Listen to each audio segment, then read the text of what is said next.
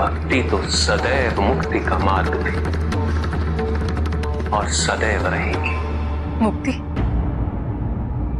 मुक्ति शब्द जहां भी आया अर्थात पराधीनता। मेरा प्रश्न आपसे यह है कि मुक्ति की आवश्यकता ही क्यों है? किस लिए? क्यों पराधीनता? ये अवश्य पराधीनता है, किंतु अपने कर्मों की पराधीनता, अपनी आसक्ति और अपनी अनंत इच्छाओं की पराधीनता।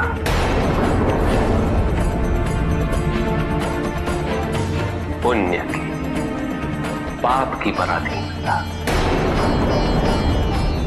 जन्म और मृत्यु, मोह और माया की पराधीनता। यदि ऐसा ही है तो किसी दूसरे पर आश्रित क्यों रहे? जन्म लेने के लिए भी माता और पिता की आवश्यकता होती।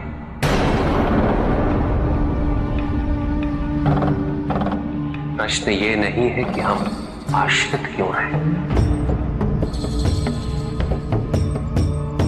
जो समझना है, जो आवश्यक है, वो ये है मनसा के संसार में जो कुछ भी, सबकी अपनी अपनी महत्ता है और उन सभी के समन्वय से संसार निरंतर चलता जा रहा है, विकसित हो रहा है। मनसा, यदि तुम इस समन्वय को स्वीकार करना चाहो तो अवश्य कर सकते।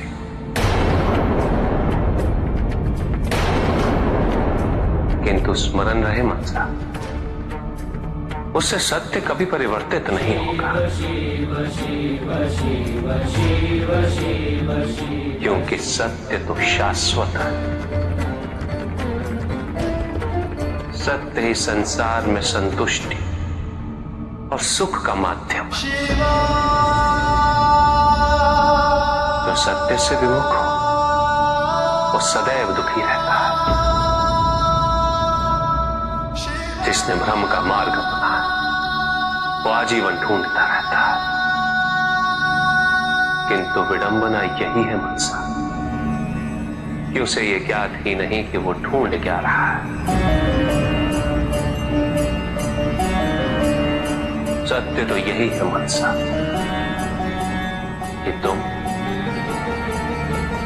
तुम एक दैव्य अंश हो, किंतु सत्य तो यही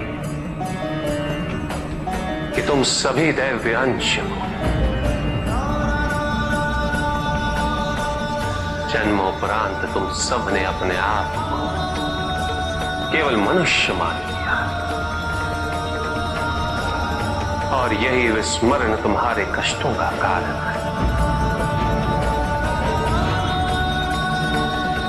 तुम सब असमान थे, बराबर थे। तुम सबने अपनी अवधारणा स्वयं परिवर्तित की है। तुमने अपने शरीर को ही सत्य माना। लोभ, भय, शंका, असुरक्षा, छल, इन सब को अपने जीवन का आधार बना लिया। किंतु भक्ति में परिवर्तन क्यों? संदेह,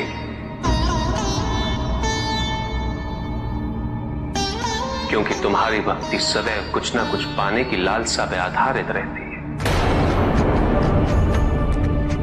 ये भक्ति प्रेम नहीं, क्योंकि प्रेम कभी कुछ नहीं मांगता, केवल देता है बिना किसी प्रतिबंध के।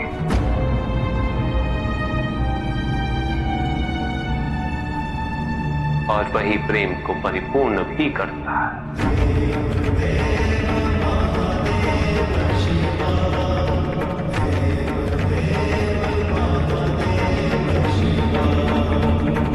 देवत्व को आरोपित नहीं किया जा सकता मनसा, देवत्व अंतर्निहित होता, देवत्व निस्वार्थ होता।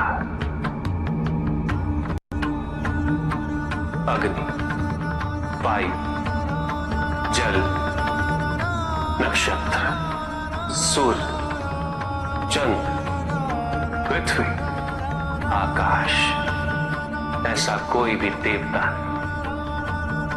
जो केवल अपने लिए, अपनी उन्नति के लिए जीवित हो। उनकी महत्ता भी यही है कि वो दूसरों के कल्याण के लिए अपनी अपनी भूमिका निभाते रहते हैं। इंद्र, अग्नि, काम, ये सभी देवता हैं उस प्रमाण के कि स्वार्थी होने के पश्चात प्रत्येक देवता का नाश अवश्य होता है, उनका पतन अवश्य होता है। जानते हो क्यों वत्सा? क्योंकि लोभ, स्वार्थ, अहंकार ये देवत्व के विरुद्ध होता है। देवताओं का भी उत्थान और पतन होता है वत्सा। ऐसे में एक ऋषि को स्वयं देवताओं को श्राप देने का अधिकार हो जाता है। देवताओं का देवत्व उनके कर्म, उनके स्वभाव पर निर्भर करता है। यदि ऐसा नहीं होता तो दैवीय शक्तियों से संपन्न दैत्य भी देवराज के पद के अधिकारी नहीं हो जाते मत्सा।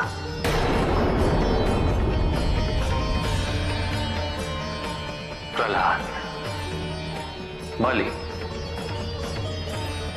क्या उनके जैसे शक्तिशाली दैत्य देवराज पद पे विराजमान नहीं होते?